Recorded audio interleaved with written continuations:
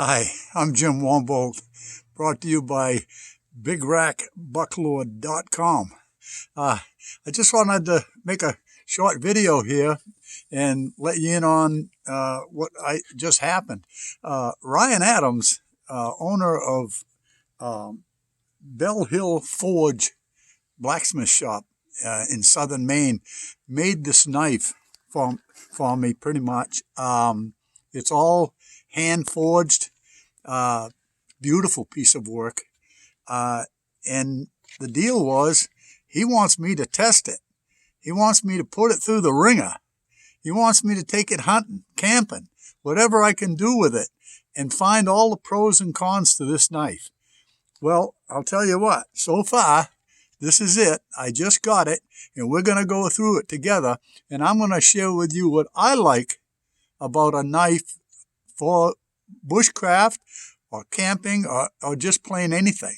Now, presently, I take two knives with me all the time. A Bowie knife, which is made for heavy work, and because I build blinds and things like that, and cutting big wood. The Bowie knife is heavy, and it really does a good job. But when you're getting into making intricate things and small things like snares and triggers, you need a small blade to work those things. Well, it looks as if Ryan has come up with two knives in one. I think he's got it. I looked it over. It's pretty good. He wants me to fall in love with it. And so far, let's go over it so we see what adds up here. Okay. Here's the knife. I mean, let me just tighten this up here. Here we go. So first of all, pros and cons. He's got a clasp here over the knife. To me, it's backwards. Okay? I like to work it with my thumb. See, so if that button was on the other side, I could reach for the knife on my side, reach for the knife and flip it off with my thumb. To me, this button's on the wrong side. It needs to be flipped around. But it's a small thing, but that's all right. It takes two hands for me to unclip this way. Okay, especially when it's on my side. I have to reach down, hold the knife, and pop that. But anyway, just a small item. He's got a ferro rod loop in the case. It's a buckskin case, really nice. It's finished with buckskin and beeswax. Let's see the knife itself. Okay, this knife is 12.5 inches long. Now, a bit longer than your regular bushcraft knife. Your bushcraft knife usually runs about a 5-inch blade. This one's 6. But you know what? I've got big hands, and I'm a bigger guy, and this is not too big for me. This is pretty good for doing most everything. Right here, there's a finger guide. I like that. Right in. This is a high carbon steel, 1085 high carbon steel. The cutting edge is about a 52, very hard. I haven't sharpened this knife yet, and I've used it quite a bit, and it's still razor sharp. It will. I can shave my arms with it like nothing.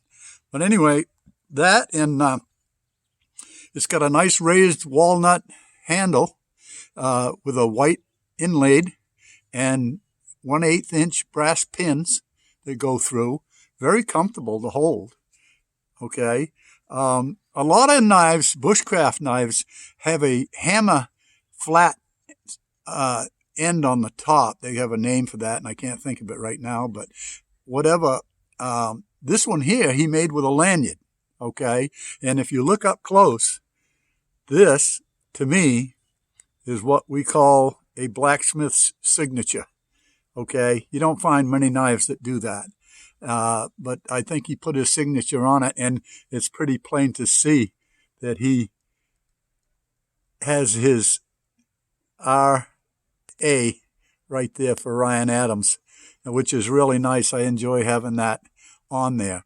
A lanyard is very useful when you're in there in the woods and you're swinging that around, cutting brush and bushes, and your hands get sweaty and it slips out of your hand.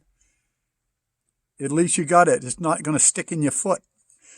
But anyway, I don't mind that. I'd rather have that than I would. Some guys say they like that hammer flat spot for pounding things in, like a tent stake. This isn't a hammer. It's a knife. And I don't want to use it like a hammer. It's dangerous. It's like a loaded gun ready to go off with no safety. That thing is razor sharp. And you start switching around like I am doing right now. You got to be careful of it, okay? I have a lot of respect for this knife because it's so sharp. But anyway, and that's due to its hardness. But anyway, let me look around here. Oh yeah, one thing I don't want to forget is at the top of the back of the knife here, it's 3/16 inch thick. Okay, if you look at that I love. It's a big flat surface for my thumb. When you're doing a lot of work, you know, carving something or moving something down, making legs for a chair or a table, you're doing a lot of this. And to have that, just that alone, is going to make the job go so much easier. And don't forget, that flat edge at the top is ground flat about 90 degrees. So that's where you'd use your ferro rod, right on that edge. And that gives it a good opportunity to get a fire going. So that's about it. That's where we're at. I'm going to produce a few videos throughout the summer and probably the fall. And hopefully you guys will come along and follow me. I'm going to have a lot of tips in there as I'm using the knife. There, once again, the pros and cons. When I find something I don't like, I'm going to let you know, okay? And we'll see it in that video. So come along with me. It's going to be fun. And we're going to make Ryan proud, I think. I like this knife. I think it's going to do great. I've already cut brush with it, and the thing is deadly. It'll lop off a piece of hardwood as big as your thumb with just one easy swipe. You got to see this perform. And we'll make some tools as we go along. So hang in there. Like I said, my name's Jim Wombold. Check out my website, bigrackbucklore.com. And would love to have you come aboard. It's a fine product. Have a good one. Love you guys.